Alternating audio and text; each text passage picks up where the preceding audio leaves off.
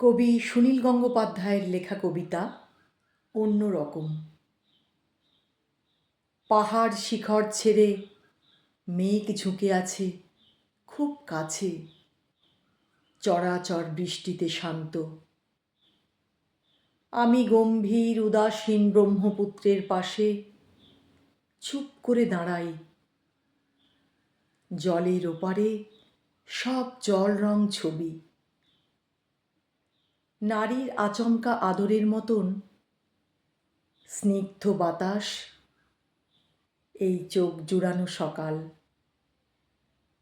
অদ্ভুত নিথর দিগন্ত মনে হয় অজানা সৌভাগ্যের মতন।